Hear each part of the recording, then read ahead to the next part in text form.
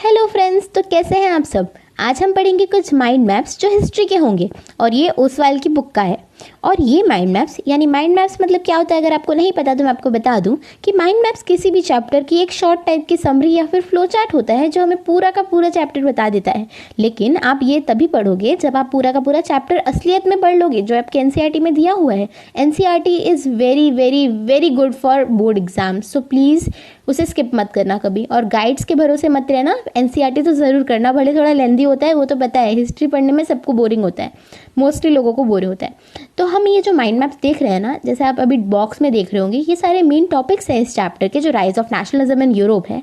और इसके अंदर कह रहे हैं कि यूरोप के अंदर देशभक्ति की भावनाएं कैसी जगी, यानी जागी, लोगों में कैसे आई, क्योंकि पहले तो राज्य होते थे एंड इतना नहीं था उस टाइम पे देशभक्ति की। तो वैसे बता रहे हैं कि क्या क्या हुआ था।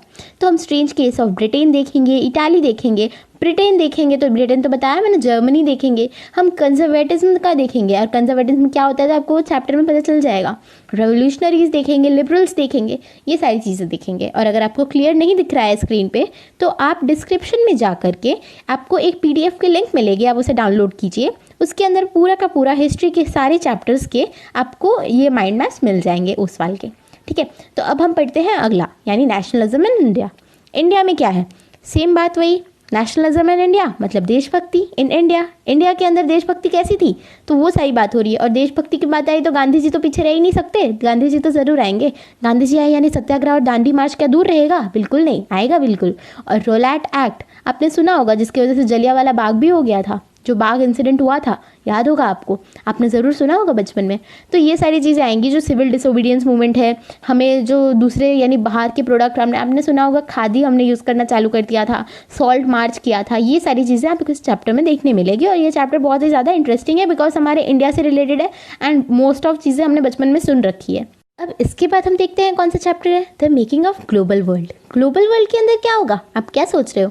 ग्लोबल वर्ल्ड के अंदर है हमारी जितनी भी चीज़ें, जो हमारी जो इंडस्ट्रियल ग्रोथ तो नहीं कह सकते, लेकिन एक टाइप से हम कह सकते हैं जो डेवलपमेंट हुआ था हर जगह। और वर्ल्ड वॉर 1 और वर्ल्ड वॉर 2 हुआ था, तो उसमें कैसी कंडीशंस थी, बिफोर एंड आफ्टर कैसे हमारा सब कुछ का हाल, और कैसे गरीबी छाई, कैसे कितनी प्रॉब्लम्स आई, और कुछ बीमारी भी आई थी। जैसे कोरोना वायरस आया है ना, वैसे कोरोना वायरस तो बहुत ही ज़्यादा डेंजरस है, बट एक वायरस ऐसे भी आया था वहाँ, जैसे प्लेग जो फैला था ना, वहाँ पे प्लेग फैला हुआ था। तो वैसे बहुत सारी चीज़ें आई थी, स्मॉल पॉक्स था, तो ये सारी चीज़ें थी। तो वहाँ पर आप ये सब पढ़ने मिलेगा आपको मेकिंग ऑफ ग्लोबल वर्ल्ड के अंदर।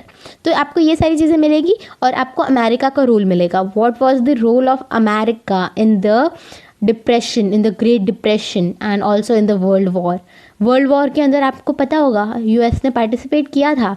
हिरोशिमा नागासाकी के बारे में तो ज़रूर पता होगा, है ना शिनचैन लवर्स। और अमेरिका जो हर जगह लोन बांटता फिरता है, उसने वर्ल्ड वॉर 2 के टाइम पे भी लोन दिया था सब दूसरी कंट्रीज़ को, जो छोटी कंट्रीज़ हैं उनको, और लोन वापस मांग लिया तो दूसरी कंट्री और गरीब हो गए, वो भी इंटरेस्ट के साथ।